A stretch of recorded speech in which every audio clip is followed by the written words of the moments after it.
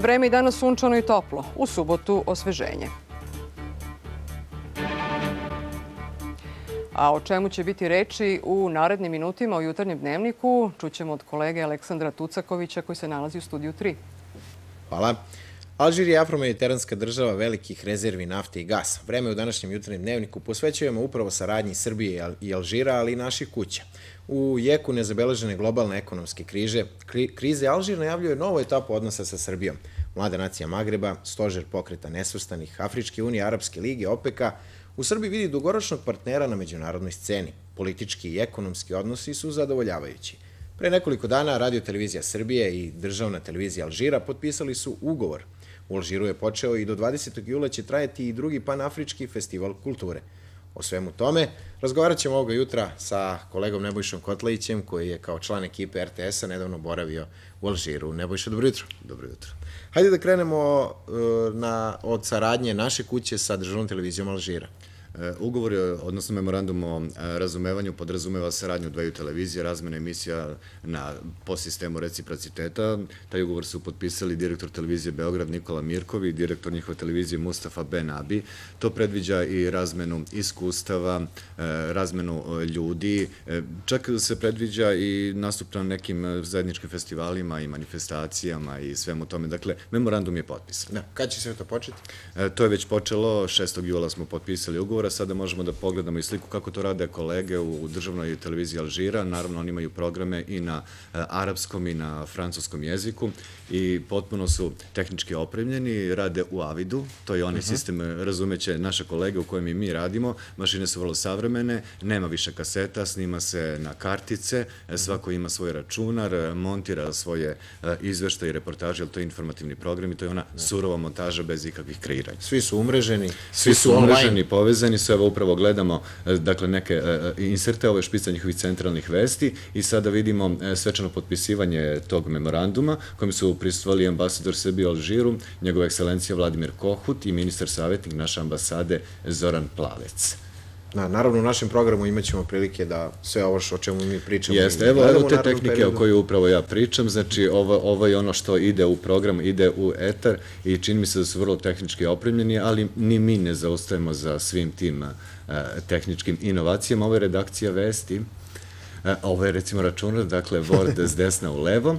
Ovo je sada zaštitni znak grada Alžira, to je spomenik Partizanu Martiers, odnosno Makam Šahid, i to je ono po čemu svi prepoznaju Alžir kao glavni grad Alžira koji se isto zove Alžir. Ovo je panafrički festival, dakle počeo je 5. i traje do 20. jula, učestvuje 58 zemalja i tu je 8.000 učesnika iz celog sveta. Ono što smo mi želeli i što jeste poenta našeg jutarnjeg i beogradskog programa, odnosno hronike, jeste da vidimo kako živi običan svet. I ovo su samo neke od slika. Ovo je Nacionalni muzej Alžira i potom smo otišli do trga Ketani. To je jedno popodne. Slika sama govori, zgrade su vrlo lepe, bele, sa prepoznatljivim plavim prozorima i terasama i oni ovde vole da provode taj deo dana, šetaju potpuno opušteno, bezbrižni, bez obzira na sve. Ovo je interesantno. Ovo je deo srpske istorije koji se nalazi u Alžiru, ovo je srpsko vojničko groblje koje održava naša ambasada, finansira Ministarstvo rada i socijalne politike. Ovde se nalaze posmrtni ostaci 324 srpska borca. Dok smo mi bili tamo, groblje se restauriralo, obnavljalo, farbalo i naravno dominira ovaj natpis srpskim ratnicima palim za slobodu celog sveta. Sad ono što je nas iznenadilo jesu alžirske plaže. Da, to je jedna od najdužih obala u tom delu, tako? Jedna od najdužih obala, ovde ima i privatni hoteli, recimo da Alžir ima obalu dugu između 1200 i 1300 km i evo, prosto nevjerovatno, dakle, priznajem i mi smo otišli sa nekim predrasudama, ali ovo je alžirska plaža gde porodice provode svoje popodneva, sunčaju se i stvarno uživaju kao što i sama slika govori. S obzirom da je kod nas Tunis i Egipat popularan, možda će i Alžir biti uskoro? Trebalo bi, oni imaju potencijale. Ovo je jedan stari deo grada i ovde su ljudi bili vrlo otvoreni kada smo čuli odakle dolazimo. Rekli smo da smo iz Srbije, oni su znali da je Jugoslavija prva evropska zemlja koja je priznala njihovu nezavisnost i privremenu vladu, tako da smo imali ovako jednu prođu svega što se tiče. Ono malo pre bila plaža Basfar. Da, znači niste bili samo u glavnom gradu, već Ne, mi smo obišli dosta, stvarno, ja mislim da je to bar 1000 kilometara po samoj zemlji i 2000 odavde, znači između 3 i 4000 kilometara. Ovo su savremeni putevi, dosta rade na infrastrukturi, a ovo su prodavci suvenira pored puteva, može da se svrati vrlo jeftino. Ovo je sada nešto vrlo interesantno, to nam se dopalo, to je mensura Toma Žičara. Bio je najpre vojni kamp, zatim je bio Kraljev dvor, pa se proširilo, podignuta je džamija i onda je nekoliko kvadratnih kilometara uzeto kao grad. Ovdje ima jedan fantastičan vidikovac i odatle se vidi čitav grad Oran, koji se nalazi 480 km od Alžira i naravno fontane, nepresušna voda, mozaici, arabeska. To je ono stvarno što je karakteristika mnogih gradova koje smo videli u Alžiru. Da, Alžir ima i dosta arheoloških nalazišta iz rimskog perioda, tako? Jeste, i na njima uglavnom rade studenti arhitekture. Ovo sada je džamija Sidi Bumedin. Ono po čemu je ona interesantna jeste da neke sitnice mnogo znače. Ja sam dosta snimalo i smo takve objekte, ja sam uradio upravo što radi ovaj imam i on nam je dozvolio da uđemo tamo i videli smo Akademiju Islama. Znači, ovo je prvi put kamera neke strane televizije zabeležila.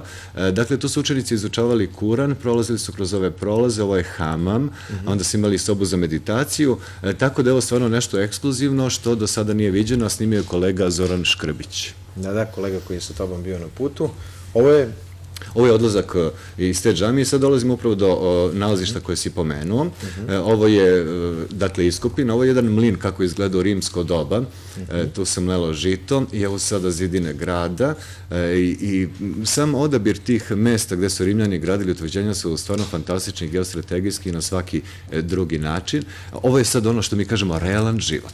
Ovi su ljudi bez posla, oni prodaju, preprodaju, ovo je sve vrlo primamljivo, cene su vrlo pristojne, nisu to neke visoke cifre, visoke cene, jednostavno svako sebi može da priušti ono što želi. Jel to znači da je i za nas povoljno u Alžiru? Povoljno je, uslovno rečeno, povoljno zavisi šta, a ovo nije povoljno, ovo je zlato, naravno kad se pominje Arapi, pominje se zlato, ali u ovo vreme ne treba kupovati zlato, rekao nam je naš kolega Hakim, jer je ono sada skupo, a ko planira da se ženi, to treba da kupi zimi ili u jesen, ovo je bila poslastičarnica i pekara. Narodno pozorište u Oranu, po čemu je interesantno? Interesantno je po tome što je direktor televizije Oran, Murat Snusi, adaptirao jedan komad za to pozorište, evo kako izgleda pozorište u Alžiru. Zašto kažem evo kako izgleda? Zato što smo mi jedna od retkih stvarno televizija stranih koje su snimile sve te njihove stvari koje se tamo nalazi.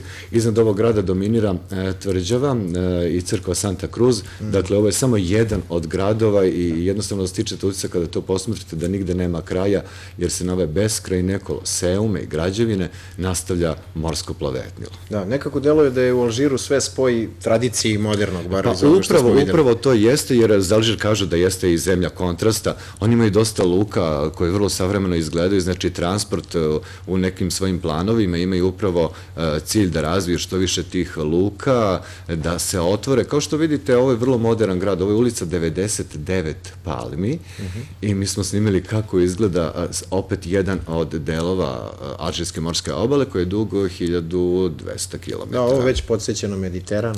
Pa, zato smo i rekli afromediteranska zemlja. Ovo je predsjednik Abdelaziz Bouteflika koji će krajem ove ili početkom sledeće godine posetiti Srbiju, što opet potvrđuje one stav s početka, dakle da su dogovorene već posete na visokom nivou ministara i predsjednika država.